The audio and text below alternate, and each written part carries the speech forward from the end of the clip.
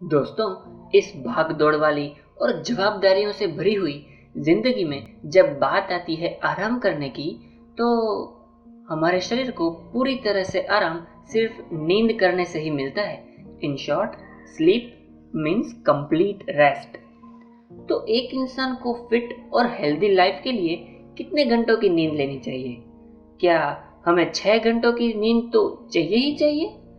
क्या आप भी जानना चाहते हैं कि कम समय में अच्छी नींद कैसे ली जाए, या how to improve your sleep quality time? क्या आप भी जानना चाहते हैं कि कम समय में अच्छी नींद कैसे ली जाए, या how to improve sleep quality? तो ये वीडियो बिल्कुल आपके लिए ही बनाया गया है, तो जुड़े रहिए वीडियो के अंत तक। और हाँ, अगर आपने अभी तक हमारा YouTube channel axiom it's all about facts subscribe नहीं किया, तो प्लीज़ सब्सक्राइब कीजिए और बेल आइकन को प्रेस कीजिए। आपको एक दिन में कितने घंटे तक सोना चाहिए, ये आपकी लाइफस्टाइल, आपके काम करने का तरीका और आपके आसपास के एनवायरनमेंट पे डिपेंड करता है। तो सभी लोगों के लिए एक ही फिक्स स्लीपिंग टाइम देना सही नहीं होगा। लेकिन क्या एक इंसान को फिट और हेल्दी रहने के लिए 6 घंटे की नींद लेनी ही चाहिए? जी नहीं दोस्तों, ये बिल्कुल भी ज़रूरी नहीं है कि हम 24 घंटे में से 6 घंटों की नींद लें ही।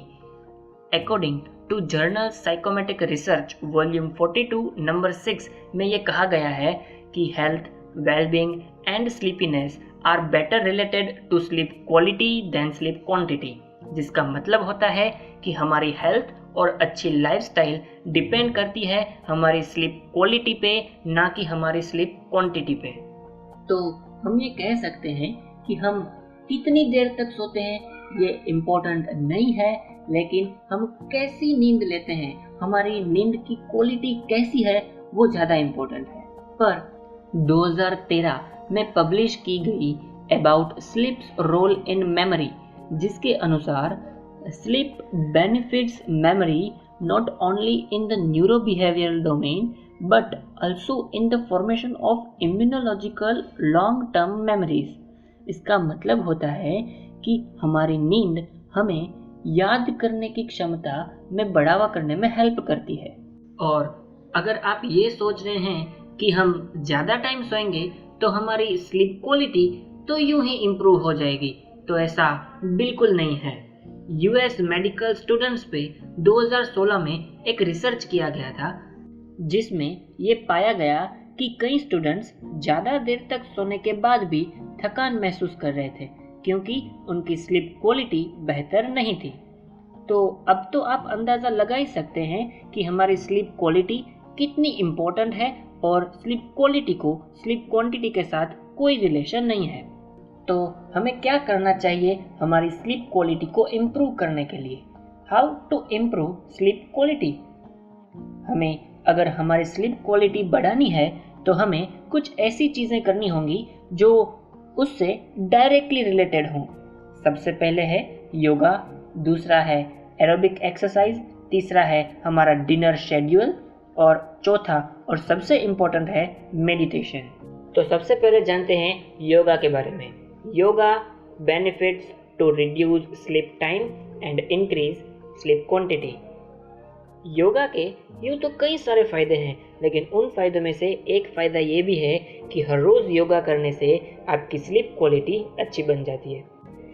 मार्च 2010 में की गई एक रिसर्च में ये कहा गया है कि after 6 months of performing yoga exercise, participants' overall sleep quality had significantly improved, whereas depression, sleep disturbances, and daytime dysfunction had decreased significantly।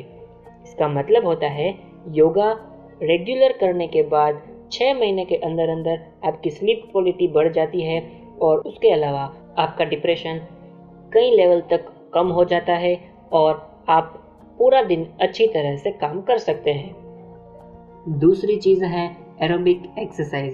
लगभग हर तरह की एक्सरसाइज थोड़ा बहुत तो नींद को अफेक्ट करती ही है, लेकिन 2016 में की गई एक रिसर्च में 70% बच्चे इंसोम्निया यानी कि नींद न आने की बीमारी के शिकार पाए गए, लेकिन इन बच्चों को कुछ दिन तक एरोबिक एक्सरसाइज और मोटर स्किल्स की एक्सरसाइज करवाने के बाद उनमें सुधार पाया गया कि उनकी स्लीप एफिशिएंसी बढ़ी, उनका बिहेवियर और मूड भी अच्छा रहने लगा। डिनर शेड्यूल यानी कि रात के खाने का समय। आपको ये तो पता ही होगा कि हमारे आयुर्वेद में कहा गया है कि आपको रात को खाने के बाद तुरंत नहीं सोना चाहिए, और जैन धर्म में तो कहा गया है कि आपको रात का खाना सूर्यास्त से पहले ही खा लेना चाहिए। क्या आप जानते हैं कि इसका नींद के साथ क्या संबंध है? दरअसल जब आप खाने के तुरंत बाद नींद करते हैं तब आपका शरीर पूरी तरह से आराम में नहीं जा पाता है, क्योंकि तब आपका पाचन तंत्र यानी कि डाइजेस्टिव सिस्टम तो उसका काम कर रहा है, तो इसी वजह से हमें कंप्लीट रेस्ट नहीं मिलता, तो स्लीप क्वालिटी भी नहीं बढ़ती। अकॉर्डिंग टू हेल्थ लाइन, अगर आप खाने के ठीक बाद सोने जाते हैं तो उस दौरान आपकी बॉडी रिलैक्स मोड में चली जाती है और शरीर में मेलेटोनिन नामक द्रव्य का स्राव होता है, जिसकी वजह से आपकी बॉडी को कोई न्यूट्रिशंस की आवश्यकता नहीं रहती, और इसी वजह से आपका खाया हुआ न्यूट्रिशंस एडिपोज टिश्यू में स्टोर हो जाता है, और ये ही आगे चल के आपके हेवी वेट का कारण बन सकता है। मेडिटेशन। अगर बात करें मेडिटेशन की, तो ये हमारी स्लीप क्वालिटी को कई हद तक इम्प्रूव कर सकता है।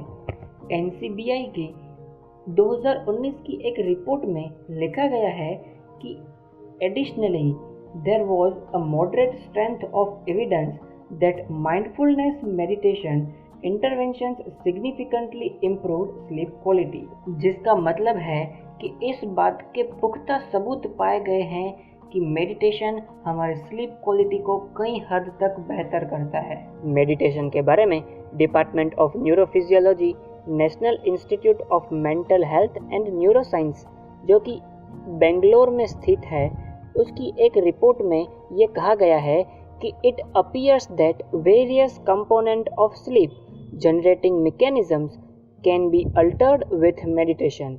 इसका मतलब है कि मेडिटेशन से भी आपको उतना ही रेस्ट मिलता है जितना कि एक नींद से मिलता है। ऐसे कई सफल लोग हैं जो कि 24 घंटे में से 6 घंटों से भी कम की नींद लेते हैं, लेकिन फिर भी अपने फील्ड में बेहतरीन काम करते हैं। पेप्सिको कंपनी की CEO इंदिरा नोई, जो दिन में सिर्फ 5 घंटे ही सोती हैं। याहू कंपनी के CEO मराइजा मेयर भी दिन में सिर्फ 4 घंटे ही सोते हैं। और तो और हमारे देश के माननीय वड़ा प्रधान श्री नरेंद्र मोदी ने भी एक इंटरव्यू में कहा था कि मैं 20 घंटे काम करता हूँ। मेरे सारे फ्रेंड्स जो डॉक्टर्स हैं वो मुझे बार बार कहते रहते हैं कि मुझे अपनी नींद को बढ़ा के 5 से 6 घंटे कर देना चाहिए, पर मैं मुश्किल से 3 से 4 घंटे सोता हूँ, और वो भी मुझे ज़्यादा लगते हैं। मैं बिस्तर पे सोने जाता हूँ तो सिर्फ 30 सेकंड में ही मुझे नींद आ जाती है।